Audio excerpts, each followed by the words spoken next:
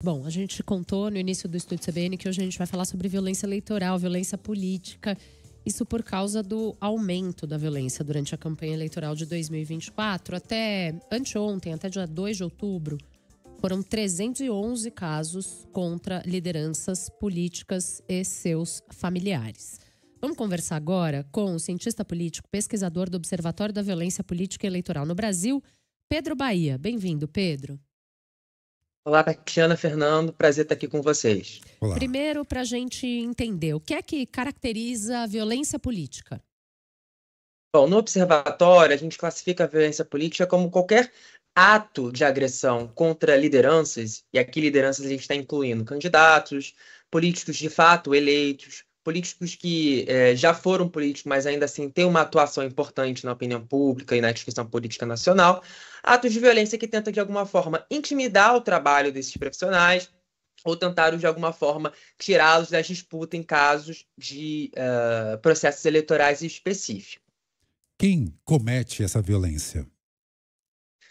Bom, como a violência política no Brasil é um fenômeno que acontece, né, é complexo, é capilarizado no Brasil inteiro, a gente tem diversos tipos de perpetradores, ou seja, atores que cometem essa violência. A gente monitora casos desde candidatos ou políticos que utilizam da violência, inclusive contra colegas de profissão, contra outros candidatos, contra outros políticos. A gente também tem casos de eleitores que utilizam também da violência para cometer atos contra candidatos que têm pensamentos ou ideologias distintas. Como também, mais recentemente, a gente observa a criminalidade também se utilizando da violência política em alguns contextos específicos para tentar interferir no processo eleitoral local. Então, nesse aspecto dos atores, né, quem pratica a violência política no Brasil, ela é diversa, não há um ator específico. Tá. Pedro, eu trouxe aqui um número para o nosso Abre, sei que vocês também têm outros dados. Queria que você explicasse, por gentileza, para os nossos ouvintes, como é que vocês levantaram esses dados e a que outros resultados vocês chegaram. Claro, então o nosso observatório ele trabalha junto com a imprensa, inclusive, porque o nosso monitoramento acontece a partir de notícias da imprensa profissional. Então a gente tem uma coleta bem aprofundada de palavras-chave em repositórios, na internet e etc. Então a gente reúne todas essas reportagens e a gente faz uma seleção de todos os casos a partir do momento que a gente cruza essas reportagens com dados dessas vítimas, dessas lideranças políticas que possuem ficha cadastral no TSE. Então lá a gente consegue saber mais aprofundado quem é essa vítima, qual o partido que ela atua e outras variáveis sociodemográficas. Nosso escopo, né, de metodológico do observatório é nesse sentido. E como você bem mencionou, esse número de 311 está específico para candidatos e pré-candidatos nessa eleição municipal de 2024, né? Mas a gente sabe que o número, se a gente contar todos os outros cargos políticos, porque ainda que seja, né, Tatiana, um ano eleitoral municipal, outros cargos, como por exemplo, deputado federal, deputado estadual, também continuam recebendo ameaças e outros tipos de violência, tá? Eles não dão uma pausa só porque é um ciclo municipal, né? Mas esses 311 são especificamente para lideranças que estão disputando, ou seja, Câmara de Vereadores, Prefeitura e Vice-Prefeitura. Então, esse número é ainda maior quando a gente observa outros cargos políticos. Pode ultrapassar 450 casos. Focando especificamente nos pré-candidatos e candidatos, aí sim a gente tem 311, que nosso monitoramento contabilizou a partir de janeiro, quando eles ainda eram pré-candidatos, né, até o dia 2 de outubro, que é a partir de 15 de agosto que eles de fato viraram candidatos, propriamente dito. Perfeito. A violência política tem sido usada como um método? Sim, Fernando. No Observatório a gente trabalha com essa perspectiva, essa ideia da violência, não só como um método, mas como uma ferramenta. Uma ferramenta que atores políticos diversos, como eu mencionei, que podem ser da sociedade civil, do crime organizado, próprios políticos, se utilizam desse instrumento para tentar alcançar objetivos e interesses próprios que estão diretamente envolvidos com a política. Então, ainda que o ato da violência política, né, a integridade física desses candidatos, psicológica, é atingida, ou seja, você tem uma consequência política e democrática, a gente entende sim que a violência é um método, é uma ferramenta para alcançar determinados objetivos.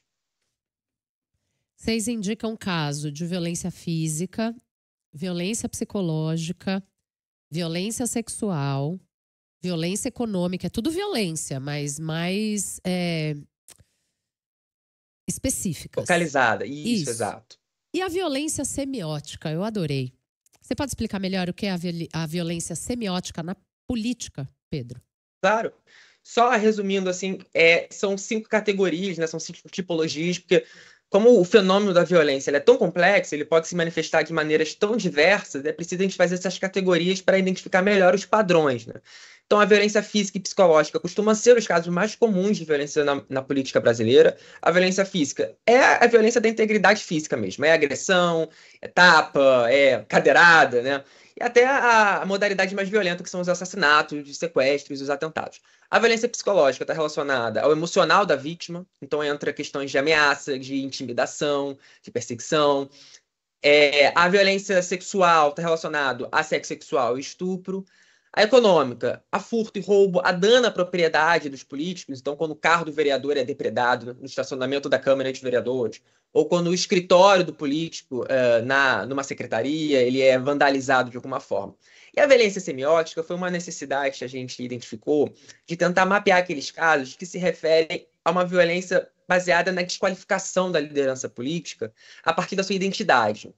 Então, são os casos, por exemplo, que acontecem muito majoritariamente com políticos que são minorias representativas. Então, nós estamos falando de lideranças mulheres, de pessoas negras, quando as suas identidades, elas são, de certa forma, desqualificadas, são ofendidas pela sua imagem e por estar aí nesse lugar representando determinados interesses a partir das suas diversas pautas, né? Então, é uma violência de fato nova, né? Curioso esse termo semiótica, porque está relacionado diretamente à imagem.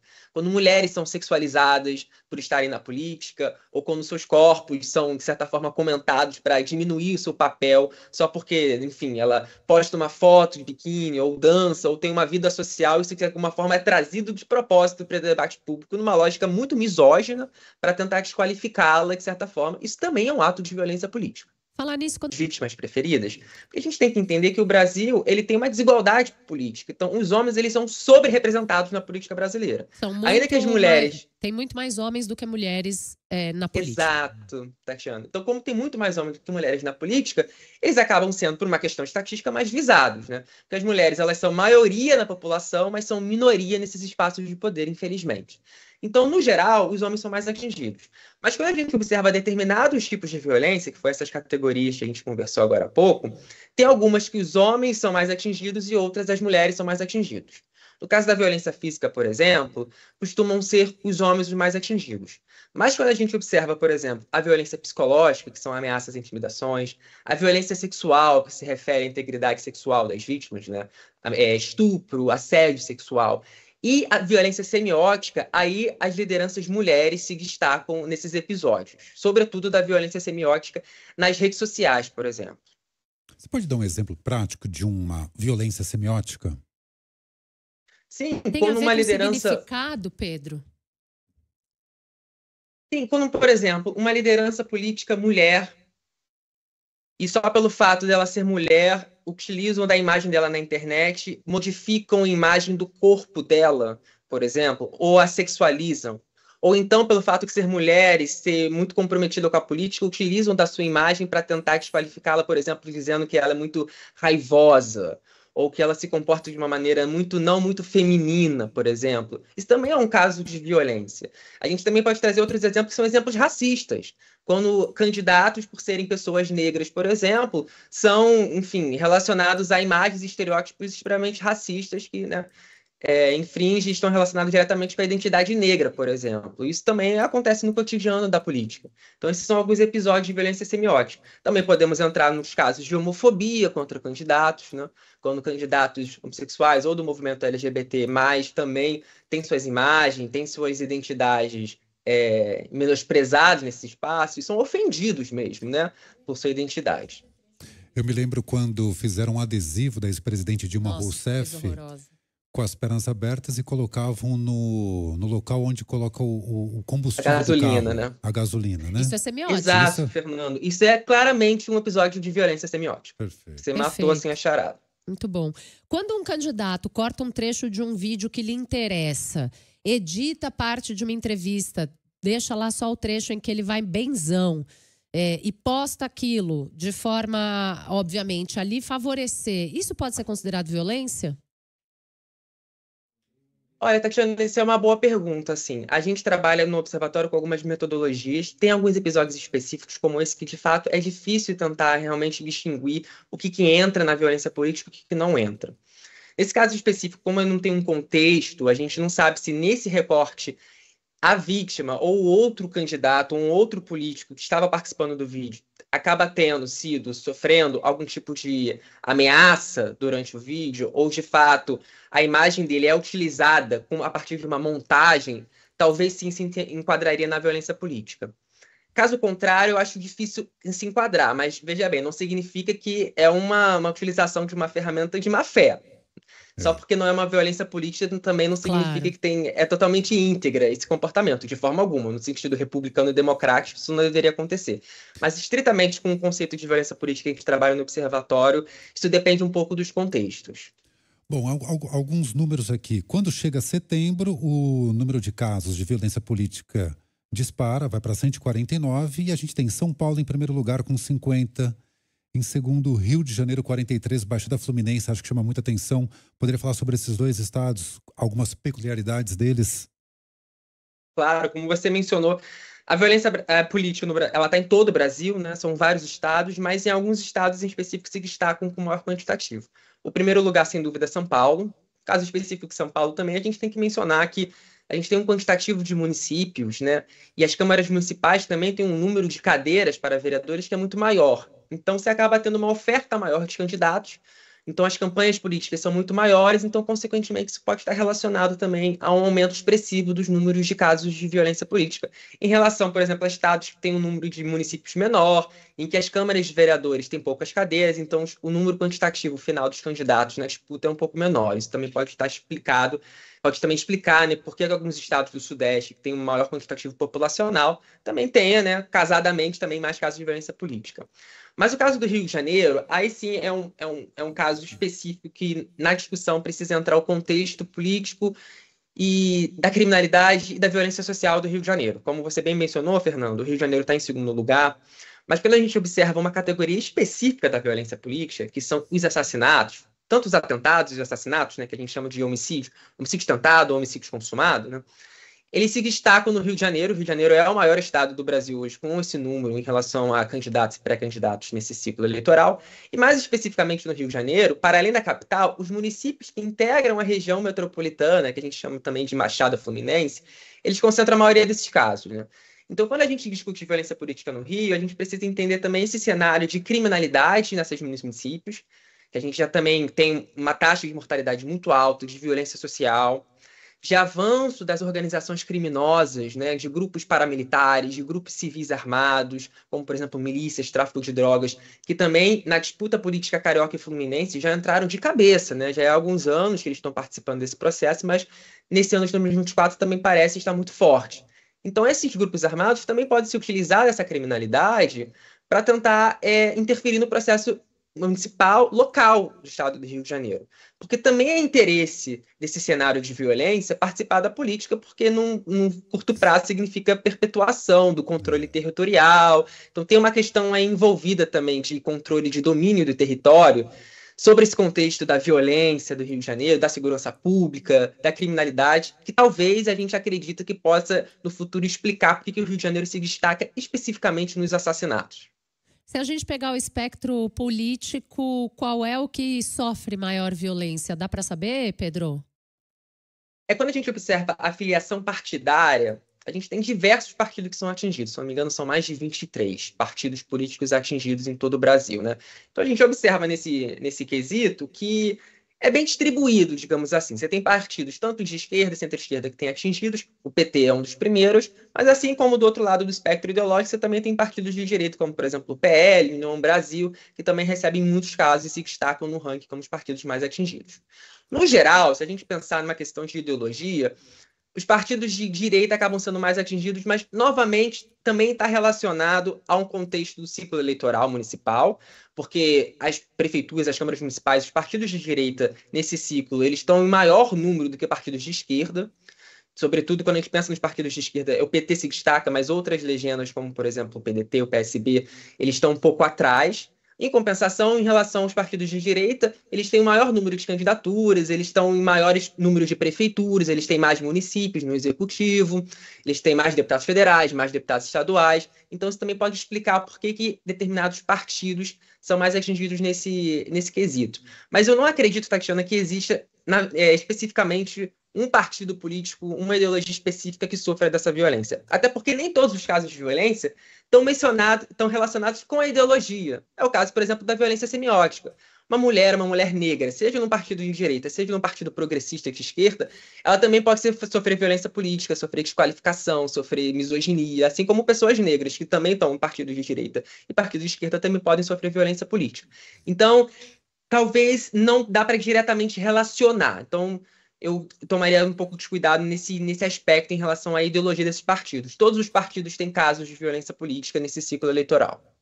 Bom, olhando para frente, na tentativa de melhorar esse cenário, o que a gente pode pensar? Acha necessária uma reformulação das leis eleitorais? E nós vimos que essa semana, semana passada, a ministra do TSE, Carmen Lúcia, anunciou um observatório permanente de combate à violência política. Está começando agora.